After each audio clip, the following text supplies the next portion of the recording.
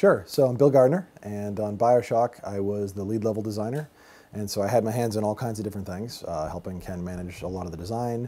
But then on top of that, for most of the development, I was in charge of Welcome to Rapture, the first level, the Medical Pavilion, and Fort Frolic. And then towards about the last 6 or 8 months or so, I started to overlook a little bit more and more, work more closely with Ken to make sure the whole project was coming up to speed and getting where it needs to be. And so at that point, I handed those levels off and just focused on a lot more high-level stuff as I became more of a lead. And that meant, making sure that every system was represented in every single level, making sure that we have, equal representation and distribution for things like plasmids and Eve and all that sort of stuff. Make sure the resources were balanced, and working with Dorian Hart on balance stuff, and working with Paul on various systems and that sort of thing. So yeah, it was a fun process. So Bioshock, we've talked a lot publicly when I was at Irrational about how it saw a lot of iterations. And initially, Bioshock was a game that we were planning on for the, I was going to say Xbox One, but the initial Xbox, the first one, the original one. And at the time, it was a more traditional like sci-fi shooter. And it was just, you arrive on this tropical island where there are Nazis everywhere, and you want to going through all kinds of experimentation and morphing your body into sort of like more of like pulling on genetics from the sea and getting like a crustacean shell and this sort of stuff. And so it was very different. And eventually that was scrapped in favor of going off and working on SWAT 4 and in Australia's case, Tribe's Vengeance. And so we were working on that, and this pull to create Bioshock, because we all loved System Shock 2, right? Everyone at the company, I think, was an enormous fan, whether they worked on it or not. I didn't work on System Shock 2 myself, but huge fan, and that was part of the reason I came to the company. And so we just really felt like there was a lot left on the playing field with System Shock 2. That was a spectacular game, but it didn't find the audience that we felt it deserved. And so we wanted to rectify that. And so we were looking very carefully as to what, held it back, I guess you could say. And I think the biggest things were that it was a little bit, had a lot of barriers to entry, had some pain points. The interface was a little bit kludgy, and there were some innovations there for sure. But it was it's not the kind of broadly accessible game. And so we wanted to create something that could find a much bigger audience, but at the same time hold true to all the mechanics and a lot of the design philosophy to make a game that, again, that was worthy of the Shock license. Of course, it was a spiritual successor, so we didn't actually, it's not System Shock 3, obviously. And so, we worked very carefully to weigh every single feature in System Shock 2 and said, okay, well, do we need this? How can we improve on this? How can we streamline this? How can we make it more meaningful to the player? That was a key pillar for the game for Bioshock. Was we always tried to stress meaningful choice. And so whether you're talking about what you're doing with your weapons in every single combat, or what you're talking about how I'm going to upgrade my character and my stat sheet, if you will, right down to the little sisters. It was all about, if I'm going to choose this direction, if I'm going to make this choice, how does that impact things, and how is that meaningful? Because it's very easy in a game to just give the player options, right? It's what's interesting, where it becomes interesting is if you're looking at those options and being like, I want this, but I need this, and I guess I need this more, so I'm going to go with that. You don't want to, it's not about regret, but it's about making it so that people feel invested in those decisions. So, really looking very closely at all those elements, really looking very closely at, what the strengths of the game were. And I think a big part of it was the storytelling and the narrative and the immersion level that the game had. I think at the time, most shooters were, you just run down a hall, you blast a bunch of demons or monsters or aliens or whatever, and then you move on, you don't care about it. And, to us, that was always, a tragedy. It's a waste, right? You think about games. What's the one thing that games have over any other medium? Right? Besides interactivity, it's this notion of being able to pull information out of the environment. And so rather than just hauling ass down some corridor, making the player slowly, creep around and observe every nook and cranny and say, what's around the next corner, but then also like what's in this crate, what's under this couch, what's what's in the pillow cushions, that kind of thing. And so as we got into it more and more, the game shifted quite a bit, like I said, both from that more focused on strictly a shooter to that happy, I feel like that happy mix of shooter and character growth and environmental storytelling. It wasn't without a lot of iteration, a lot of pain. Frankly, it was one of the most rewarding projects I've ever worked on, but it was tough to get right, and so a big part of that was, I think we've talked about it quite a bit, about how we put the game in front of gamers, in front of usability testing, and they would just rip it to shreds. Right? They would tear it apart. They said it's like cheap man's Half-Life, give it like 2 out of 10, and they tore it apart. And a lot of that was just the way we were presenting information and the way that we weren't pacing things out correctly, and that people didn't really have that context as to why they were there, and so they were just kind of floundering around, roaming around the space, and not really getting what was making the experience great. And so we took a step back and really focused on how to sell that. It really was about it's interesting because you go back and you look at the history of the project, you look at all the iterations and where the Little Sisters used to be slugs, and look at how that iterated. And if you look at the re-release, the remastered version, you can see that art museum that's on the disc. I don't know if you saw that, but it's super cool to see a lot of these different iterations, but also if you look at the monsters, the splicers, they were sort of a lot more monstery before, and they were cool. Some of them not so much. Some of them were pretty terrible. But to sort of really emphasize that human element and step away from the monster, and make them monstrous humans, rather than something with a giant weaponized arm, that kind of thing. That's nowhere near as interesting as hearing the sort of psychodrama of the sort of breadwinner character who's roaming around the halls, sort of echoing the greatness of his heyday.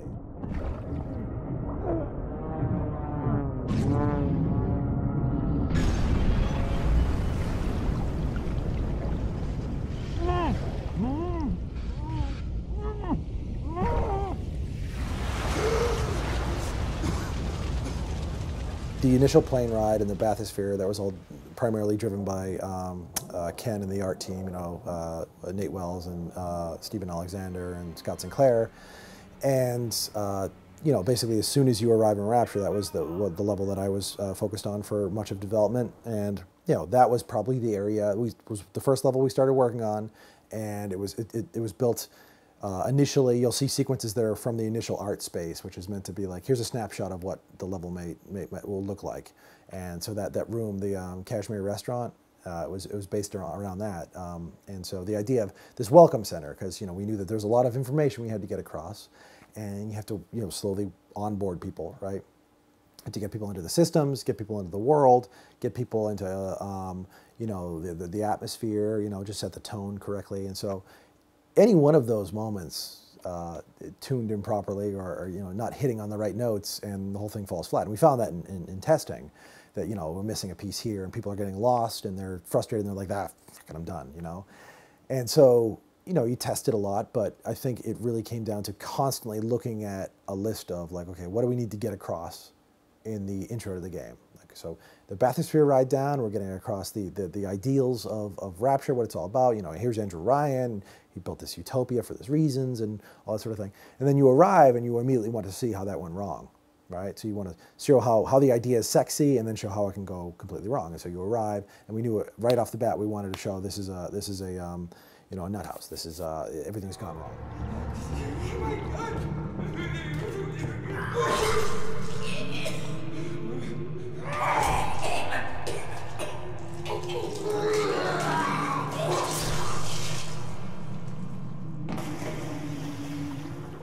The idea of when you arrive having the splicer, tear apart your bathysphere so there's no way of no return. You're at the point of no return there then, and then making it so that you're instantly faced off against a really overpowered enemy that you'll meet later on. A lot of people don't necessarily realize this, but this character comes down, beats the shit out of your bathysphere, and then sort of skirts off, and it's out there. So immediately there's this tension, right? And then we knew that we also wanted to introduce, like I said, talking about the system. So we've met Atlas at this point. the bathysphere ride down, you get a little glimpse at him, and then he's going to help you out. And so that creature you just saw at the intro, he's going to scare them off and build up a little trust, right? Then at that point, you know, we do the whole introduce the melee combat, and you have to slowly pace these things out, right? You have to be very careful because I was saying before that at one point, you know, it was a shooter, right? And so you want to be very careful with the audience and make sure we didn't know necessarily how much people would tolerate in terms of stretching things out and building up that tension. And so, you know, at one point, you know, we get some feedback that like people are a little bored and they're ready for the next thing. And so at that point, it's like, okay, we can do two things. We can, you know, up the action a little bit and get people into it a little bit more. And so at one point I was playing around with the idea of like, okay, let's give the player a powerful weapon early on. And we can either have you run out of ammo or have it break or you lose it or something like that. It's sort of like the Metroid thing, you know, where they give you crazy overpowered weapons and then they take them away. So that can be frustrating in its own way if you don't do it right. So we were playing around with all these ideas. Okay, we'll introduce the plasmids first, introduce the weapons, but we ultimately settled on the wrench so we can slowly build up your powers, your powers, so you feel like more of that arc. And so we do the traditional training thing of like, okay, we're going to block the player in place. You got to pick up the wrench and smash your way through, right? That's what you do with a wrench. Then you come up into the plasmid introduction room, and this was another space that was iterated on a million times. And the sequence initially was going to be, we're going to tease you about the plasmids, you're going to get a plasmid, you're going to become overpowered by it, you know, it's your first time you're writing your genetic code, and you're going to pass out. You're going to fall over this thing, and you're going to pass out, and you're going to wake up, and you're going to get a little tease. It's one of the few times we'll put you in a cutscene. We'll tease you about the world of Little Sisters and Big Daddies, because we'll have you in a captive state, essentially, captive audience. And, you know, basically you'll come to and you'll have your first plasmid, and then you can basically make your way past the sort of Metroid-inspired blockage, right? You know, the whole shock the door to open it up. And so, you know, you sort of feel your way around the constraints of building a level where, like, for example, it's an easy thing to miss in design, but a lot of times when you're creating a level, the tendency is to just give the player a new tool and let them go run wild with it. But this sort of Zelda, Metroid, Nintendo mechanic is to introduce you to a blockage, force you to either backtrack or go off on a sort of offshoot or a spoke, discover a new tool, put that tool to interesting uses, and then use it on that blockage. And so that's what we did in that first space. And again, that moved around, had a million different iterations.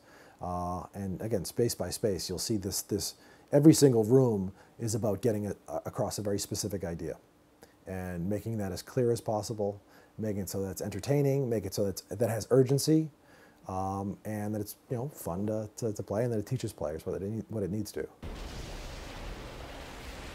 Pretty much every tool in the Bioshock world, we tried to make it so that it was grounded in some sort of reality. Like, why would this? You're not going to have chances of you having a sword are a lot less likely than having something that has practical use. And so, a wrench is perfect for that, right? If you get leaked, yeah, exactly, yeah. So that was something we actually frequently went back to, is like, what does this tool say about the world? And so when you're taking the bathysphere down to Rapture, the advertisement you see is for Incinerate, right? And it's a woman lighting a match, her fingers, for her husband's cigarette, or a man's cigarette. And so, you know, some of the powers and things like that, they're totally goofy. They wouldn't make any sense. But, you know, Ken, the narrative team, all of us, we figured a way to make it so that that stuff sells, so that stuff makes sense and feels grounded. And I think that's one of the big differences between Bioshock and a lot of other games, is the believability.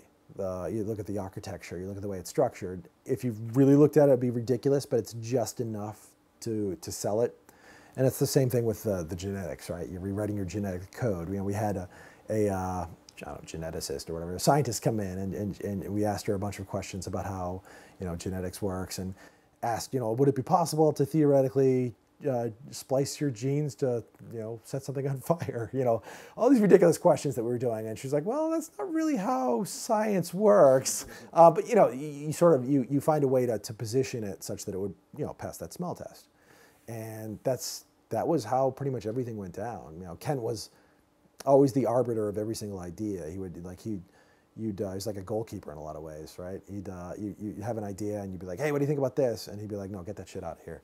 Or he'd be like, oh, what about if we did it this way? Or, you know, and iterate on it. And I think that definitely percolated down to the rest of the team as well. Everyone was constantly looking at every single idea and saying, you put it up against the pillars of like I said, the meaningful choice. Is meaningful choice in whether or not I want to brain someone with my wrench, right? Because that feels terrible. You feel it's a moral conundrum. Yeah, but so you look very carefully at every decision you're making and weigh it against those pillars. On.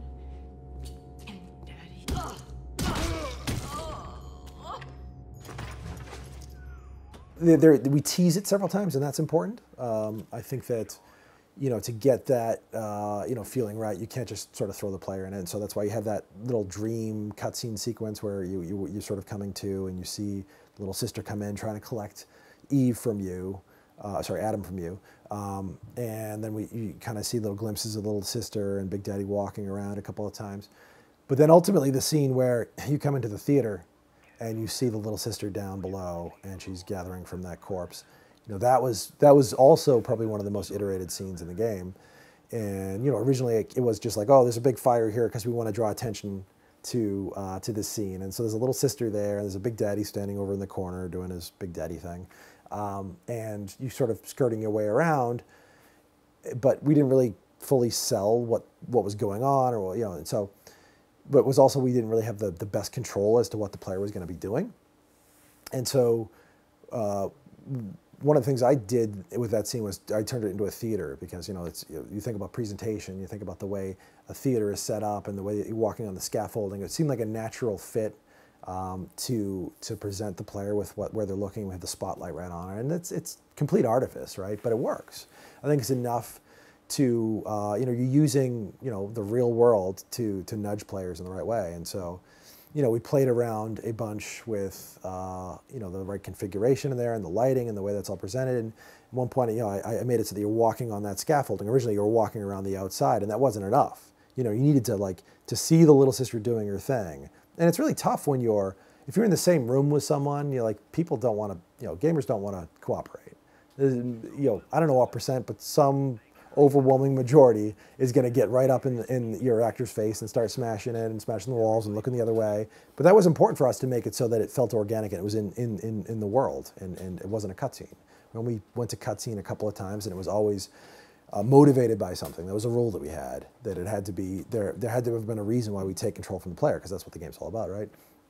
And so I made the move to make it so that you're walking on the scaffolding and you can see down directly through it, and your position, because everything else is dark, so you're naturally drawn to that. It's the only sound, only movement, only part that's lit. And then at one point, I think it was Steven Alexander, but basically added a sort of U shape to that light, which sometimes you see lighting fixtures set up that way in stages. But that even further helped you get more time. It prolonged the path, but it also made it so you're walking directly at her. And these little subtle changes are what make the difference.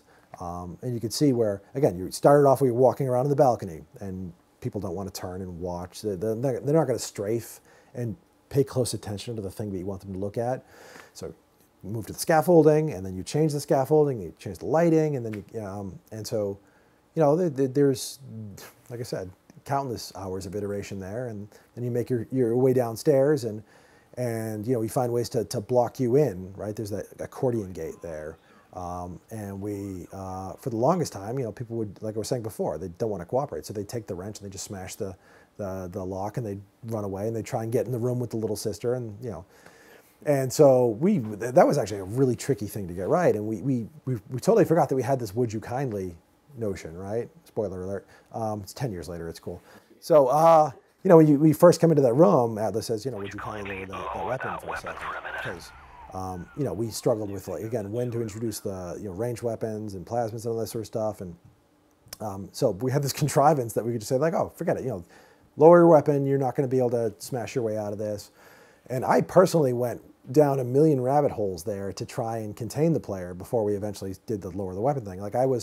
You'll see in that sequence that there's a busted vending machine there. And that was because originally what was going to happen was that the Big Daddy smashes that splicer through the window, and then you get the pistol from him. And then you use the pistol to shoot off the lock. You couldn't use the wrench originally. So you shoot the lock off, but I'm sure you can see where this becomes a problem, right? People could run out of ammo. So if you shoot, you miss your shot, or you decide to shoot at the sky or whatever, do some kind of whatever cowboy dance.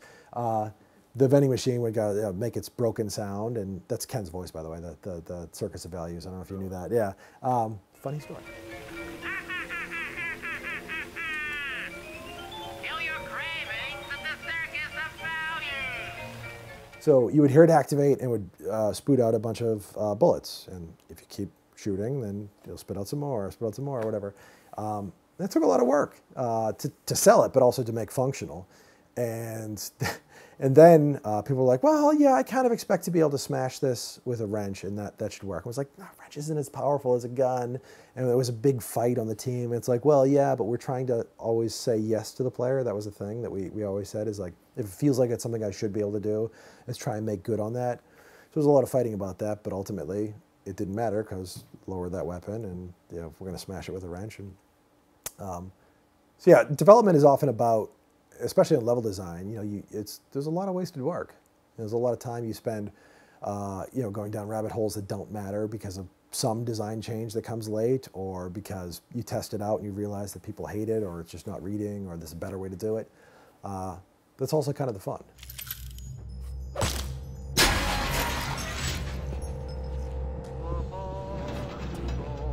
I don't remember the number of check-ins that were done on that particular map, but it was easily hundreds and hundreds.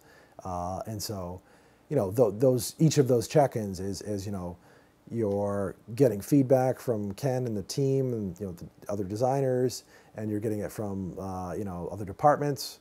You're sitting down playing and say, I was playing this sequence, and it kind of, maybe you should try doing it in this way. And we just got this brand new feature. This new plasmid came online, and so then you go back and you have to sort of iterate combats based on that.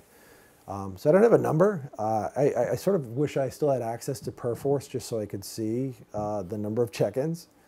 But yeah, I mean, it's you don't really think about it while you're doing it.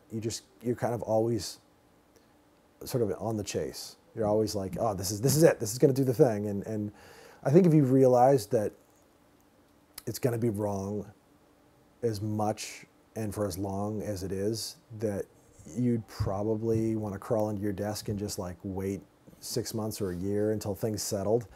But that's exactly it. That's what design is. It's about getting involved in the fray and finding the right solutions, helping tease out those answers.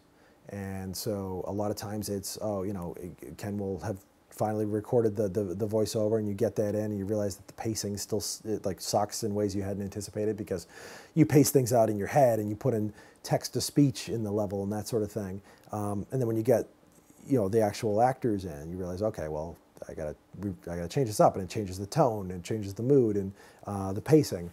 And so yeah, it's just really about, but it's also learning lessons along the way. So it's not all like, oh, I'm throwing that out and it's completely gone. Because in a lot of cases you go back to like, hey, remember when we did that thing and we thought it was terrible, but maybe we should go back to that because things have changed enough that it may feel a lot different. So you kind of become this encyclopedia of, or this sort of historian of your level. And while you shouldn't cling to those things, you should always sort of be aware of what decisions you made and why, so that because you'll frequently get the same suggestions over and over again. It's like, we tried that, and here's why it didn't work. So you don't wind up going down that same dead end or wasting time. But yeah, it's as exhilarating as it is frustrating. Don't you disrespect me! We can see you, you know.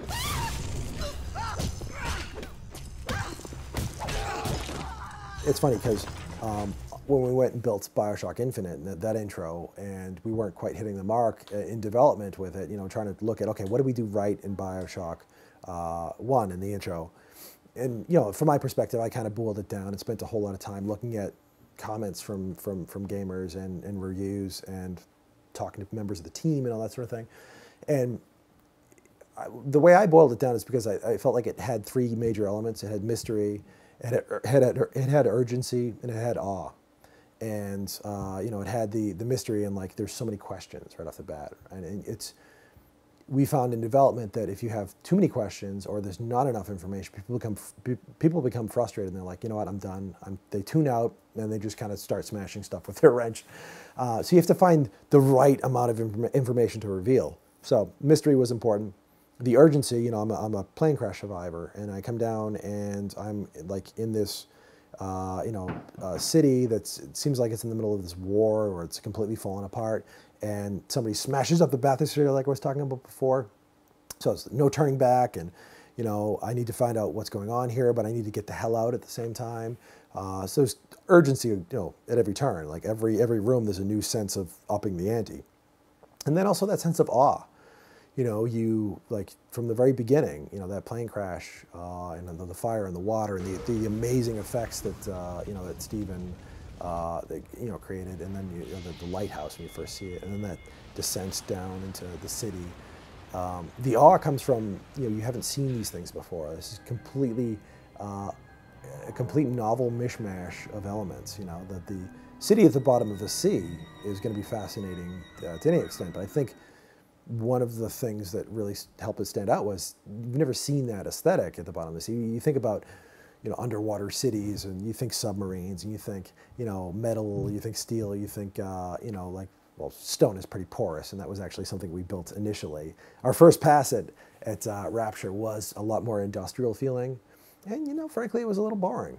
And I think the team felt that, and that's how we came to the Art Deco look. You know, Ken came back to work one day after like one of his very few vacations. He went to New York City and went to Rockefeller Plaza and came back with all these pictures of these grand, buildings and skyscrapers, and just the sort of simplicity of the buildings, but the boldness as well. That was something that you don't see, even though it's very video gamey. You look at the look. It's of Art Deco, and it's very much focused on the high level details, the silhouettes, just the boldness. And so, when Ken honed in on that and the art team started to build that out, as soon as you got it in the game, you're like, it just popped, you know? And so I think so much of the success was about that, finding these unique elements that on their own are really cool, but maybe have been done before, and then you mash them together. It's the same thing that, you know, you look at Star Wars, right? It's a sci-fi opera, right? You know, you look at the fact that it uses classical music. Where traditionally that would always use the, you know, Buck Rogers type sci-fi sounding stuff. We know what sci-fi sounds like music-wise, right? And so when you have opportunity to introduce new elements and mix them together, that always, because people always want the same but different, right?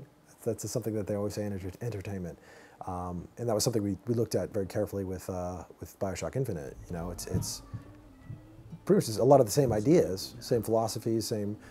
Both from a design perspective, but also from an art perspective. It's you're instead of an isolated city at the bottom of the sea, it's up in the clouds, and so it feels very familiar, but it's different enough that it gets people excited. I mean, I'm very proud of it. I mean, like the team, I think we really did an amazing job. But you know, there's always lots of little things. For me, I think most of my things I would want to see change would be mechanical changes. I would, the way the Vita chambers worked. It's tough to complain because, you know, it found a great audience and it was incredibly well received, and I'm honored. But, you know, I do wish that we could have maintained a little bit more of that tension when you die. So right, like I was always pushing for. I mean, the Vita chambers are directly ripped out of System Shock 2. And I always loved that system. And when we were talking about, how to handle, death in Bioshock, I said, like, let's just do what System Shock 2 did, because it kept you right in the action, right? And so we kept that part, and we had the notion of deducting money or having some kind of penalty to dying, but we ultimately tweaked that such that it didn't cost anything, and we lost a little bit of the sting, and we got a lot of praise for that, because it was, the game's not about the combat challenge, right? It's not Dark Souls, but it again, it's about meaningful choice, and obviously you don't choose to die, but when you do die with no sting to that does make some of the choices a little less meaningful when you go to a vending machine. and you're firing every single bullet. It would make it a lot more impactful. So I don't regret it, but I do wish we had more time to revisit that. It was an issue that came up quite a bit in development. So the Vita chambers, the way those worked, I think I also probably would have liked to see. Let me think about this for a second. Jeez. I'm not that happy with the way the very end of the level turned out, like the threat of the splicers coming in when Ryan sixed them on you. There's a lot of artifice there, and that we never really were able to get it to a level that felt like, here's Ryan, he's an incredible threat, and he's in control of all the splicers, right? And the splicers, you don't want to fuck with the splicers. We didn't get that across. I felt like, I love the way we ended up with Ryan, the way he was presented, that sort of monolithic 1984 presentation. But then we say, oh, the splicers are coming, and there's a couple that come and pound on the doors, pound on the glass. But I feel like it's a little flat there. I would have liked to be able to focus more on making that feel more impactful and more vicious. More of a threat.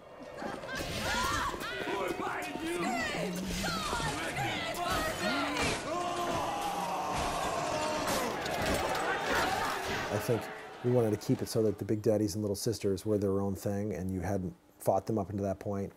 I think that they had their place. You just were introduced to the ecology of the Little Sisters and the Big Daddy, and we knew that later on we wanted to actually, once you've geared up enough, once you've had enough time to familiarize yourself with the combat, but also the systems, get a couple more plasmids. Then there's that moment where Atlas says, "You're ready now." You take on a Big Daddy and Little Sister. So I feel like that might have been premature. Certainly you could have had it sort of threaten you, but I think that, again, the idea was that Ryan was in control of the splicers, and that the Big Daddies and Little Sisters were kind of impenetrable. Nobody really controlled them. They were programmed to do something. They're created to do something, and they continue to do that regardless of what goes on in the city. And that's actually part of the interesting commentary there, is that, like, the entire city fell apart in a lot of ways because of the Big Daddies and Little Sisters and what that brought to the city. That would give people the powers that they always, desired, to sort of take their ideals, their practice, whether it's Steinman or Sandra Cohen, and take it to the extreme. So the city fell apart, starts crumbling, starts getting flooded, people start murdering each other, they start losing their minds, and the Big Daddies and Little Sisters, they remain a constant, keep doing their same thing over and over again, roaming the halls, collecting, working together. So I don't think we wanted to mess with that.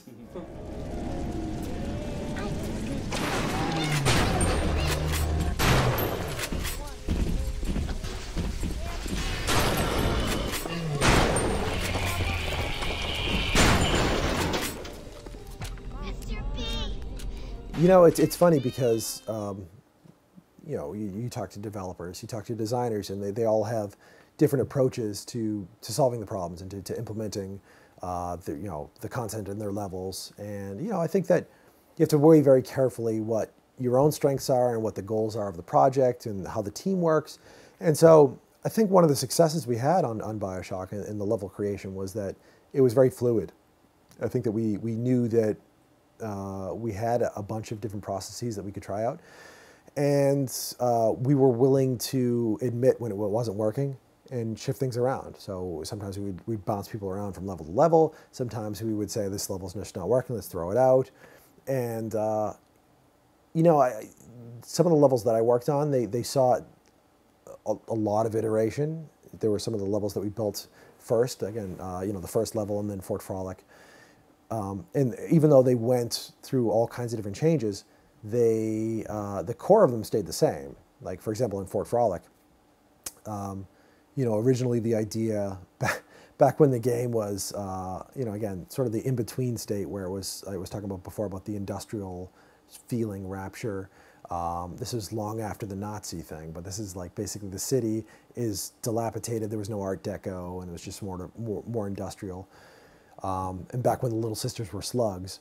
So Fort Frolic was about, the mall like it is right now, but we had these, every single deck, if you will, every single section of the city were controlled by these things called savants. And they were essentially brains in jars, right? We had like Themis and Prometheus, and they would basically control different aspects of every single level. And so I knew that we had this research mechanic. We had this, you could go around and take pictures, and I wanted to leverage that. I wanted to take the mechanic and turn it into something that you could build a level around. And so there was always something else that was keeping it from getting it where it needed to be. And so I think there was this constant drive to get it right. And like I said, it's that you know, carrot on a stick thing. It's like, if I just change this thing, if I just change this thing. And I think, you know, that was exactly how Irrational worked, was like, it's not quite right. I got to get it right, got to get it right. And so I certainly felt that drive. And I know everyone else I worked with on all my levels felt that way as well. In terms of how it felt ready, you know, that first focus test we did and people tore it apart, that obviously I went into that thinking it's pretty close. I knew about the bugs. I knew that we had to guide people better and that there was some polish that was needed. But, you know, it was a wake-up call, and that people like slammed it. And so we all went back and we just started iterating some more. And then you started to get the whiff of it being close when we started to do regular focus tests. You know, the team in 2K would bring in regular testers, and they'd do full playthroughs, and they would be giving their feedback, and they'd have an observer there writing down where people get stuck and where they get frustrated and that sort of thing. And you know, you watch the lists that they would generate, and watch it sort of dwindle and get more and more focused, and you'd be left with like, you know, a few dozen issues that were like, yeah, we know about that. We're going to fix that in this way. We're not going to address that because that's meant to be a mystery, that kind of thing. And so you could feel it getting really, really close. And then I would say, you know, about a month or so before ship, you know, you come into the office one day and enough content had been updated. You sit down and you play it, and you realize, like, holy, this feels amazing. And you start to bring in friends and family to test, and they're through the roof with it. And you know, we basically started to put together that first demo that essentially broke Xbox Live when we released it. It's funny, up until that point, we had no idea how it was going to do. We still had quite a bit of press coverage and support.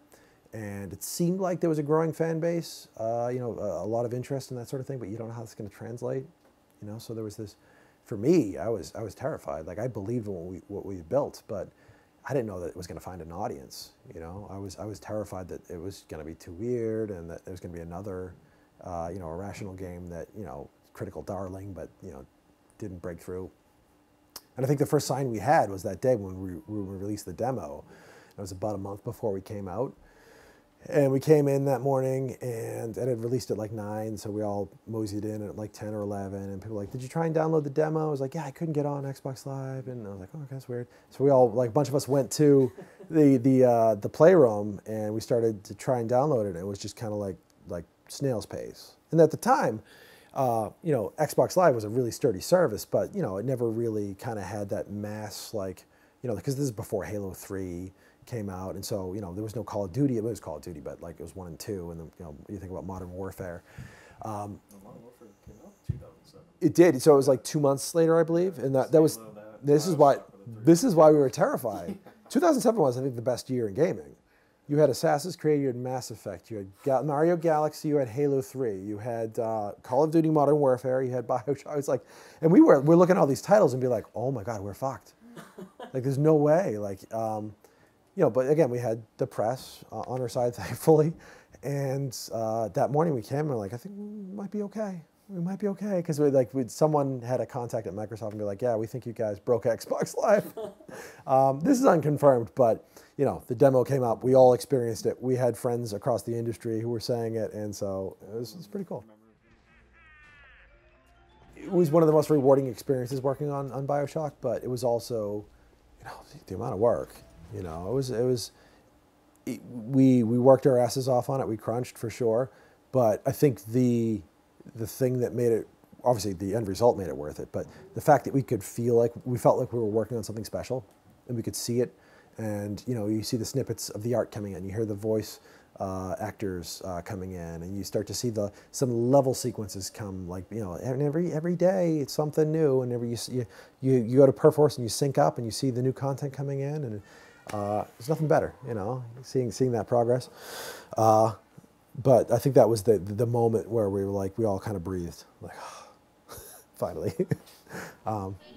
Yeah, and then it did pretty well. Somewhere beyond the sea, somewhere waiting for me, my lover stands on golden.